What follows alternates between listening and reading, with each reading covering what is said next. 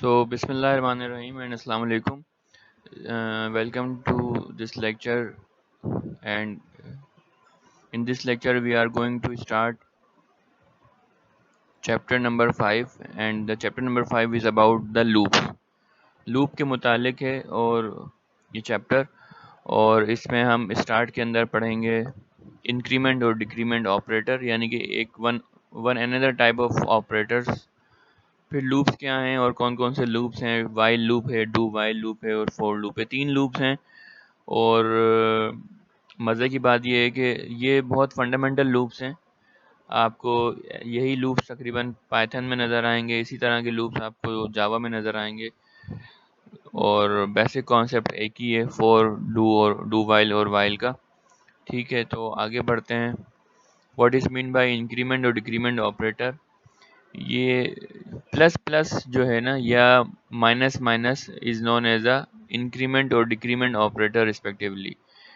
Plus plus अगर आप लिखते हैं किसी वेरिएबल के साथ, तो it adds one variable to the variable, यानी कि उस वेरिएबल की वैल्यू के अंदर ये 1 का इजाफा कर देता है बाय डिफ़ॉल्ट। फॉर एग्जांपल,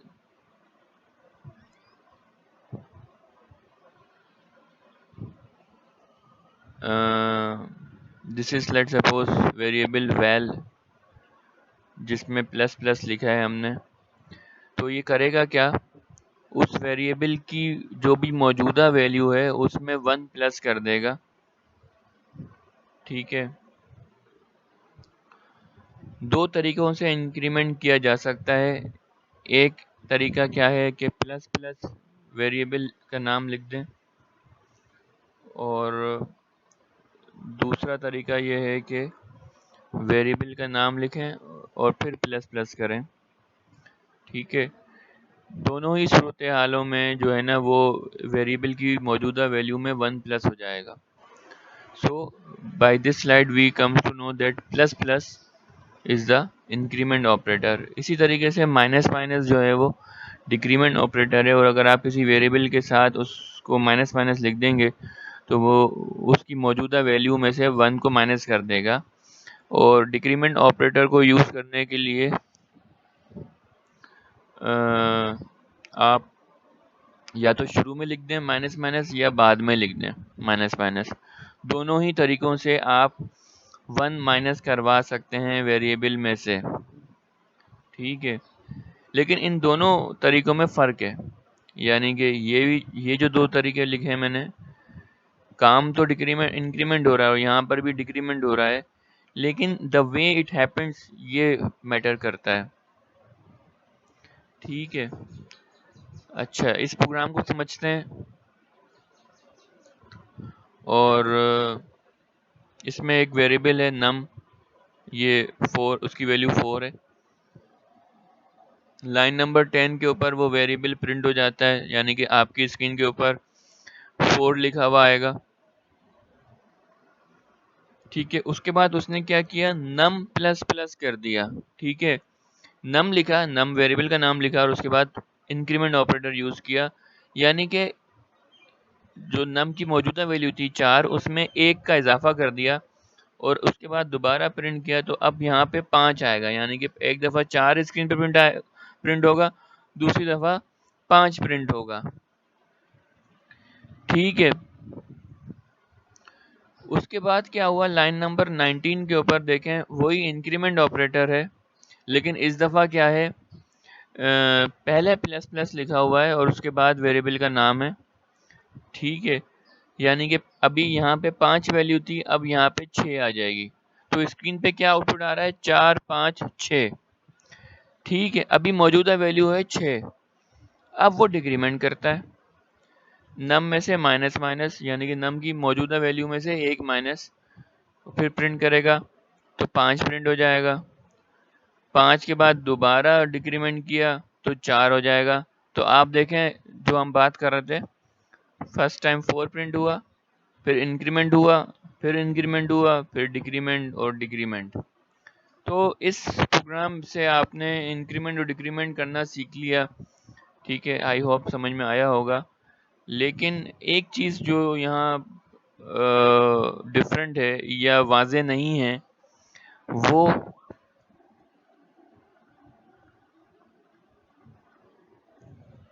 वो दो तरीकों से इंक्रीमेंट करना या दो तरीकों से डिक्रीमेंट करना, इसमें वाज़ेह फ़र्क महसूस नहीं हो रहा कि इससे फ़र्क क्या पड़ रहा है कि मैं नम प्लस प्लस करता हूँ या प्लस प्लस नम, इससे क्या फ़र्क पड़ता है।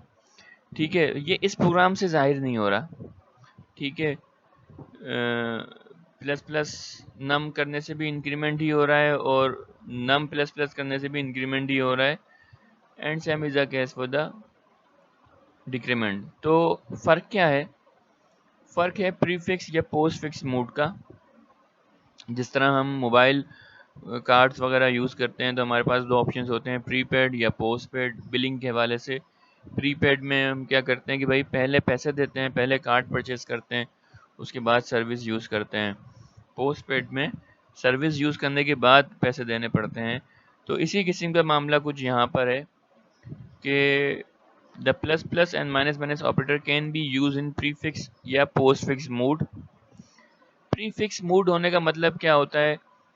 प्रीफिक्स मोड होने का मतलब ये होता है कि जो इंक्रीमेंट है या जो डिक्रीमेंट है वो पहले लिखा जाएगा। जैसे कि यहाँ पे देखें,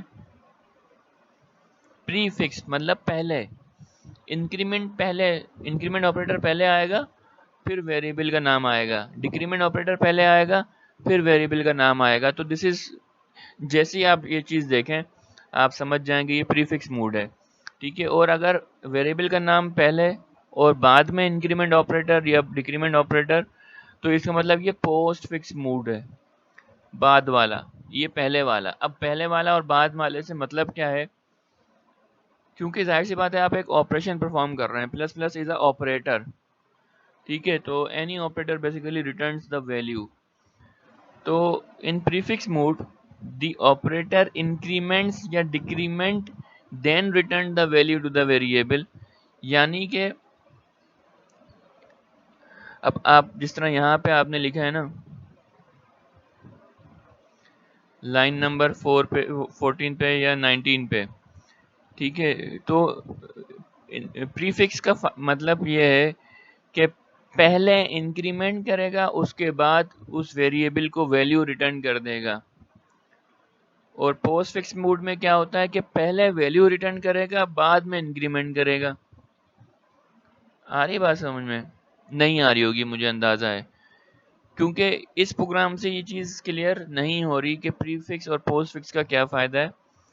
ठीक है, अभी आप सिर्फ बाय डेफिनेशन थोड़ा याद करने की कोशिश करें कि प्रीफिक्स का मतलब यह है कि वैल्यू पहले इंक्रीज होगी, उसके बाद रिसीव वेरिएबल रिसीव करेगा। ठीक है, लेकिन पोस्ट फिक्स में क्या है कि वैल्यू पहले मिल जाएगी वेरिएबल को, यानी कि पुरानी वैल्यू ही मिल जाएगी और इंक्रीमेंट बाद में होगा। अच्छा, अब ये आखिरी बात कर रहा हूँ इस स्लाइड की, जो कि कॉन्सेप्ट क्लियर कर देगी। प्रीफिक्स मोड में आप इंक्रीमेंट ऑपरेटर यूज़ करें या पोस्ट फिक्स मोड में ऑपरेटर यूज़ करें, अगर तो उस लाइन के ऊपर, जैसे कि लाइन नंबर 14 या लाइन नंबर 19 पर एक ही ऑपरेशन परफॉर्म हो रहा है, if there is only a single mathematical operation is going to be performed on a single line, चाहे कोई सा भी ऑपरेशन है। देखिए यहाँ पे सिर्फ प्लस प्लस हो रहा है, ना तो प्रिंट हो रहा है, ना कोई और ऑपरेटर यूज़ हो रहा है। अगर वाहिद एक ही ऑपरेटर यूज़ हो रहा है और वो प्रीफिक्स मोड में हो या पोस्ट फिक्स में हो, तो उससे फ़र्क नहीं पड़ेगा। प्रीफिक्स और पोस्ट फिक्स का अगर आपको टेस्ट करना है, उसका उसका फ्लेवर टेस्ट करना है, then you have to do at least two operation on a single line. यानी कि जब तक इस लाइन के ऊपर दो एक्शंस परफॉर्म नहीं होंगे एक साथ, तब तक मुझे प्रीफिक्स और पोस्ट फिक्स का डिफरेंस समझ में नहीं आएगा। तो उसको समझने के लिए हम ये प्रोग्राम देखते हैं। ठीक है, ये भी कॉन्सेप्ट क्लियर करेगा इंशाल्लाह ताला आपका। नम नम के अंदर देखें कुछ भी नहीं है, एक इंटीजर वेरिएबल बनाया नम, और एक वेरिएबल का वेरिएबल बना दिया जिसकी वैल्यू है 12। ठीक है, ये लाइन देखें, ये कह रही है सी आउट कर दो वेल प्लस प्लस। अब यहाँ दो काम हो रहे हैं, रिमेंबर माई वर्ड्स, दो काम हो रहे हैं। एक काम क्या हो रहा है, सी आउट यानी कि सी आउट क्या है, वो वेरिएबल को प्रिंट करेगी, उसको वेरिएबल की वैल्यू चाहिए। और दूसरा काम क्या हो रहा है, इंक्रीमेंट ऑपरेटर हो रहा है लेकिन पोस्ट फिक्स मोड में हो रहा है। पोस्ट फिक्स मोड में होने का मतलब ये है कि पहले वैल्यू दे दी जाएगी, उसके बाद इंक्रीमेंट किया जाएगा।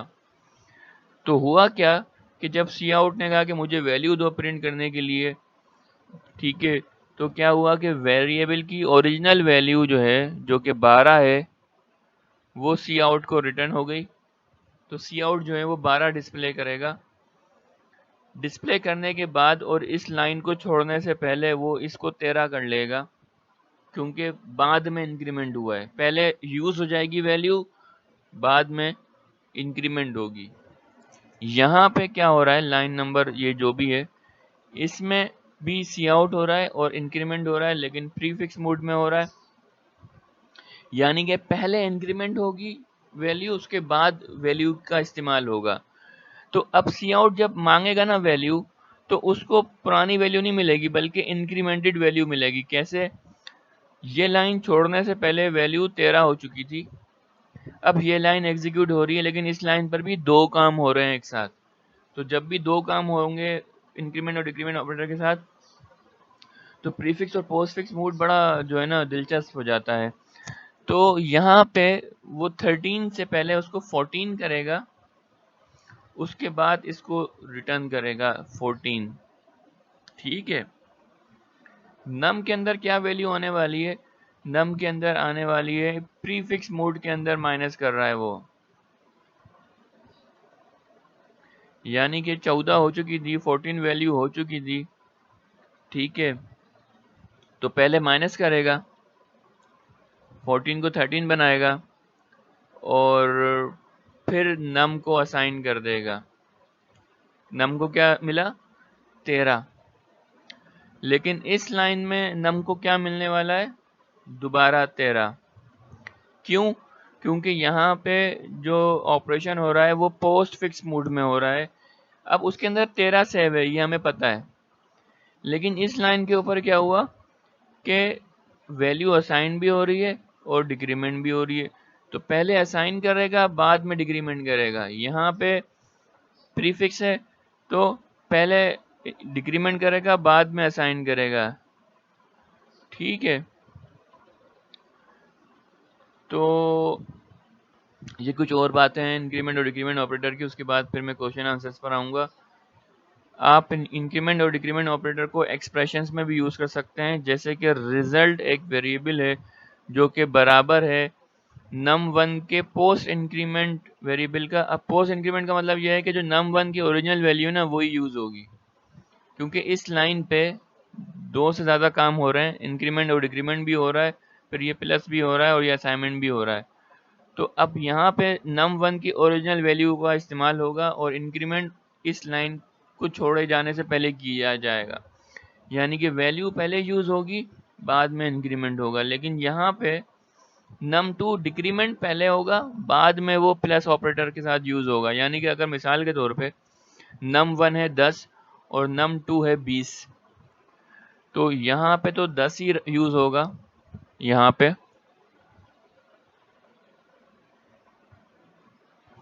लेकिन यहाँ पे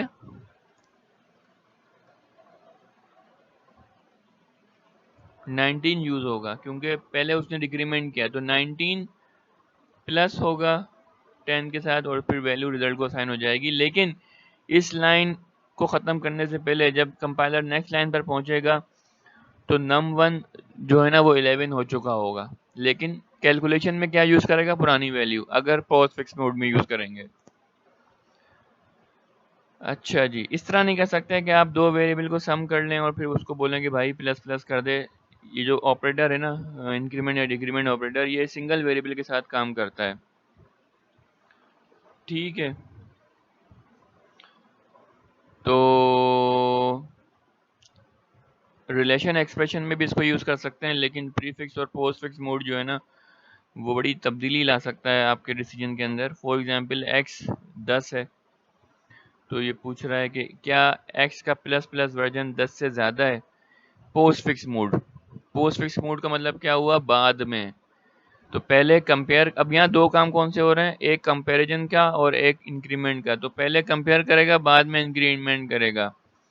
ठीक है, तो x की वैल्यू अभी 10 ही है, तो 10 इज नॉट ग्रेटर देन 10, तो ये कंडीशन ट्रू नहीं हुई।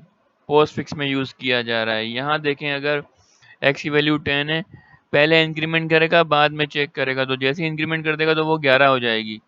तो 11 वाकई बड़ा है 10 से, तो ये लाइन ट्रू हो जाएगी।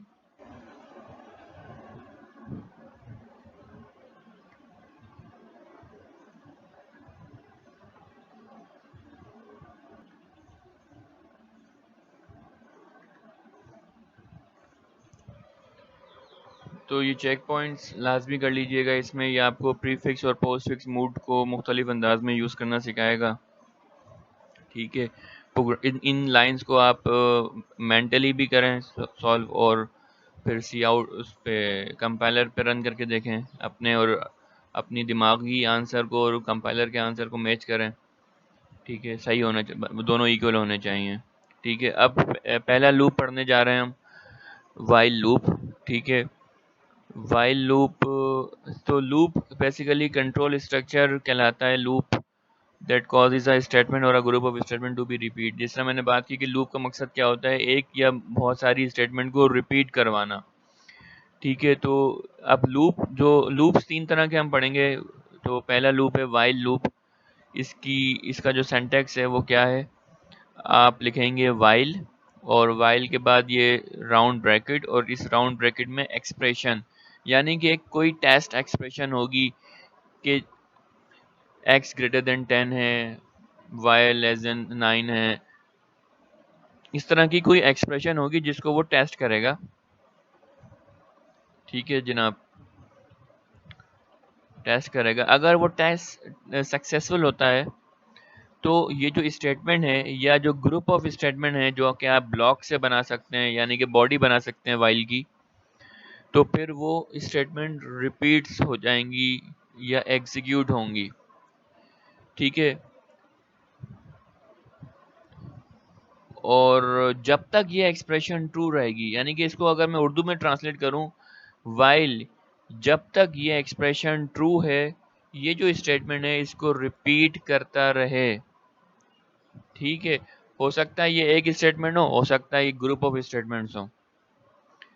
तो एक्सप्रेशन ये इसी जो मैंने यहाँ पे एक्सप्लेनेशन दे दी, उसकी एक्सप्लेनेशन यहाँ लिखी हुई है कि इस एक्सप्रेशन को इवेल्युएट किया जाएगा। अगर ये ट्रू निकलती है तो स्टेटमेंट एग्जीक्यूट होगी, और उस स्टेटमेंट, अच्छा ये देखें, एक तरह का लूप है, इसी को तो लूप कहते हैं।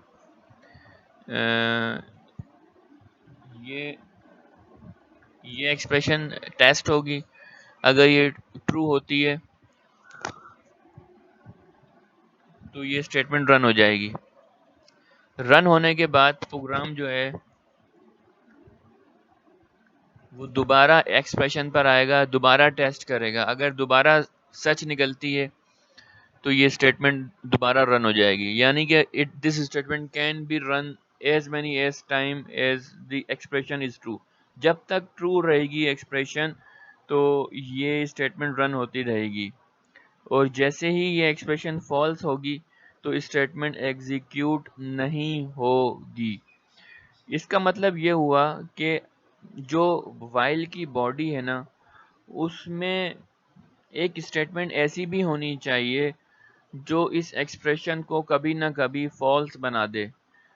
कभी ना कभी फॉल्स बनाने से मुराद ये है मेरी कि अगर ये एक्सप्रेशन हमेशा ही ट्रू रहेगी, मिसाल के तौर पे मैं कहता हूँ कि x इज इक्वल टू 10, और फिर मैं वाइल की एक्सप्रेशन टेस्ट करता हूँ कि while x is greater than और इक्वल्स टू 10, यानी कि जब तक जो a है या x है वो 10 रहे या 10 से बड़ा रहे।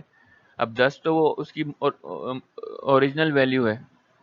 ठीक है, तो ये स्टेटमेंट ट्रू है, ये एक्सप्रेशन ट्रू है। तो वो वाइल की एक्सप्रेशन ट्रू होगी तो वो नीचे स्टेटमेंट रन करने लगेगा। स्टेटमेंट में आप कुछ भी करवा सकते हैं, प्रिंट करवा सकते हैं, कुछ भी, वॉट। ठीक है, वो स्टेटमेंट रन करने के बाद वो दोबारा आएगा और एक्स को या ए को, जो भी वेरिएबल है आपका, उसको दोबारा टेस्ट करेगा। तो अगर तो a की वैल्यू या x की वैल्यू जो भी वेरिएबल आपका है वो चेंज हो गई होगी, हो सकता है 9 हो जाए या 11 हो जाए, तो डिपेंडिंग की कंडीशन ट्रू है या फॉल्स, तो स्टेटमेंट आगे एग्जीक्यूट होगी वरना रुक जाएगी। तो आपकी जो बॉडी है ना वाइल की, उसमें कुछ ना कुछ ऐसी स्टेटमेंट होनी चाहिए जो that makes the expression false by some time. ये इसका देखें बिल्कुल फ्लो चार्ट बना दिया। दिस इज एक्सप्रेशन वाइल की बॉडी के साथ जो थी, वाइल के साथ जो हमने लिखा था, ठीक है। अगर तो ये फॉल्स है तो जो स्टेटमेंट थी वो स्किप हो जाएगी। ये बिल्कुल वही वाला मामला है इफ के, इफ से बहुत मिलता जुलता है। यहाँ पे इफ में भी हम डिसीजन ले रहे थे कि अगर ट्रू है तो स्टेटमेंट एग्जीक्यूट हो जाए, नहीं तो भाई आगे जाओ, ठीक है। लेकिन लूप की खासियत क्या है, ये उस स्टेटमेंट को बार बार रन करेगा जब तक ट्रू रहेगा। इफ के अंदर क्या था कि सिर्फ एक दफ़ा ही एग्जीक्यूट होगा, अगर ट्रू है तो एक दफ़ा एग्जीक्यूट होगा, नहीं तो नहीं। लेकिन लूप के ज़रिए हम एक ही स्टेटमेंट को बार बार रिपीट करवा सकते हैं। अब जैसे हमने चैप्टर नंबर 4 में मेन्यूज़ की बात की थी कि मेन्यू उसको डिस्प्ले करवा दिया, 1 to 4 की चॉइसेस दे दी, ठीक है। अब अगर उसने गलत चॉइस दे दी तो उसको भाई दोबारा मेन्यू सुनाओ आप, ठीक है। मिसाल के तौर पे यानी कि रिपीटिशन करवानी पड़ेगी हमें मेन्यू की, बार बार रिपीट करवाना है मेन्यू को जब तक वो सही चॉइस ना दे दे, ठीक है। तो बहुत सारी ऐसी कंडीशंस हैं, सिचुएशंस हैं जहाँ पे हमें लूप करना है, रिपीट करना होता है। तो एक तरीका तो ये है कि मैं वो स्टेटमेंट 10 दफ़ा लिख दूँ, और दूसरा तरीका ये है कि मैं वो स्टेटमेंट एक ही स्टेटमेंट लूप की बॉडी में लिख दूँ। तो लूप की बॉडी में लिख देने से क्या होगा, वो स्टेटमेंट 10 दफ़ा 20 दफ़ा जितनी दफ़ा चाहूँगा मैं रिपीट करवा सकता हूँ। I do not need to write multiple times. यहाँ ये प्रोग्राम देखें, नंबर जो है वो 1 है, ठीक है। अब ये कह रहा है कि जब तक नंबर 5 से छोटा रहे, 5 या 5 से छोटा, ये बहुत मैटर करता है कि ये है less than and equals to, ठीक है, छोटा या बराबर। तो अप टू 5, अभी क्या है 1 है, ठीक है। तो initial value of the number is 1, while की कंडीशन टेस्ट होती है, ये कंडीशन बिल्कुल परफेक्ट है, ट्रू है, क्योंकि नंबर 1 है और 1 is less than equals to 5। तो वाइल की बॉडी यहाँ से लेके यहाँ तक है, सी आउट हेलो प्रिंट हुआ, स्टेटमेंट रन हुई। नेक्स्ट क्या है, इंक्रीमेंट ऑपरेटर जो मैंने अभी पढ़ाया था, नम की वैल्यू हो जाती है 2, ठीक है। ये वापस ऊपर आएगा, चेक करेगा, 2 is less than equals to 5, बात तो ठीक है, ठीक है भाई। तो हेलो प्रिंट कर दो आप। हेलो प्रिंट करने के बाद एक एंटर भी करेगा और दोबारा यहाँ आ जाएगा लाइन नंबर 12 पे, नंबर की मौजूदा वैल्यू में एक का इजाफा कर देगा, यानी कि 2 हो जाएगा अब 3, ठीक है। लूप की बॉडी यहाँ पर है, यहाँ से दोबारा ऊपर जाएगा, जब तक ये फॉल्स नहीं होता ये इस तरह रिपीट करता रहेगा। तो 3 is less than equal to 5, true है। हेलो प्रिंट हुआ, 3 बिकम 4, ऊपर गया, 4 is less than equal to 5, ठीक है, ट्रू है। हेलो प्रिंट हुआ, 4 बिकम 5, ठीक है जी। तो ये गया ऊपर, 5 इज लेस देन और इक्वल टू 5, हाँ बात ठीक है, तो ये प्रिंट हो गया, ठीक है। अब ये हो गया 6, तो 6 के साथ जब ये ऊपर जाएगा तो 6 इज़ नॉट लेस देन, तो ये बात हो गई फॉल्स। अब जैसे ही ये फॉल्स होगी तो ये सारी स्टेटमेंट स्किप हो जाएंगी और दैट्स इट ऑल प्रिंट हो जाएगा। तो कितनी दफ़ा हेलो प्रिंट हुआ, 1 2 3 4 5 टाइम्स प्रिंट हुआ। जो प्रिडिक्ट द आउटपुट के सवाल होते हैं जिसमें आपको आउटपुट गैस करना होता है, उसमें इस किस्म के सवाल बहुत आते हैं, ठीक है। हो सकता है कंडीशन ही फॉल्स दे दूं मैं आपको और आपसे पूछूं हेलो कितनी दफ़ा प्रिंट होगा, या कुछ भी हो सकता है। तो प्रोग्राम को रीड करना समझना बहुत ज़रूरी है आप लोगों के लिए। लूप्स पढ़ने के लिए इंक्रीमेंट ऑपरेटर का इस्तेमाल पता होना चाहिए, ठीक है। और भी बहुत सारी बातें हैं, practice makes the man perfect.